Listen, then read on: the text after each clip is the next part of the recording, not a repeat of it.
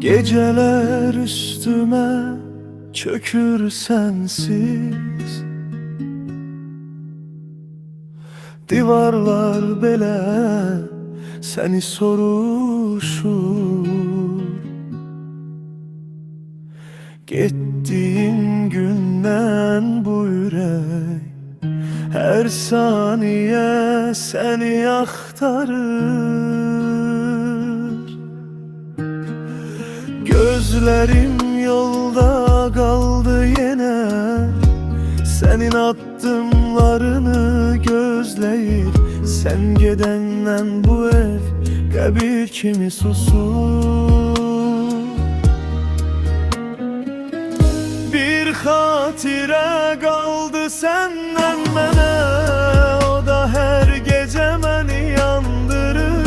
Sen başka birinin yanında, mən tenha bir otaqda ağlayıram. Bir hatire kaldı senden, yüreğimde kanayan yara.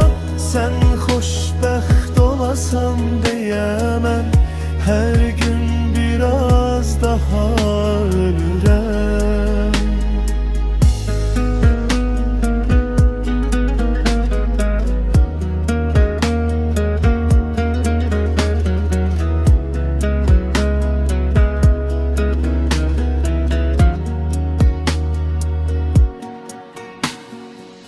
Şəkillərinə baxa bilmirəm, gülüşün məni dağıdır.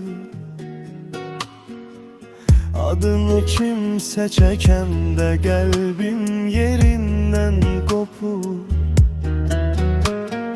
Sən gedəndə yarım qaldım, həyat məni tərk etdi.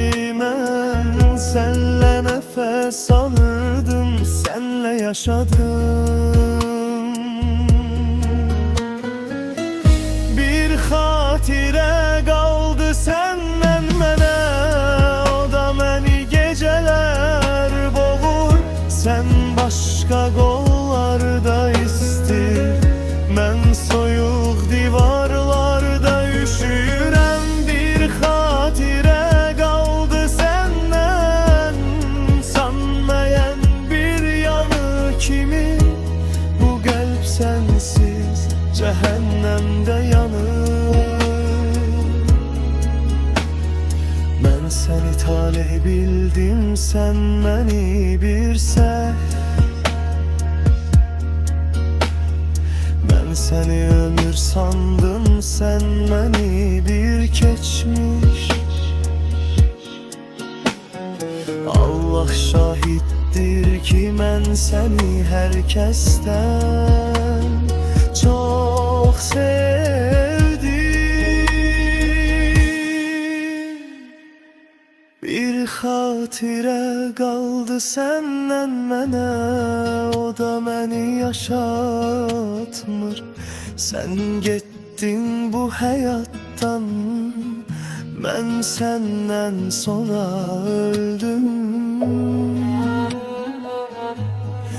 Bir xatirə qaldı, o da mənim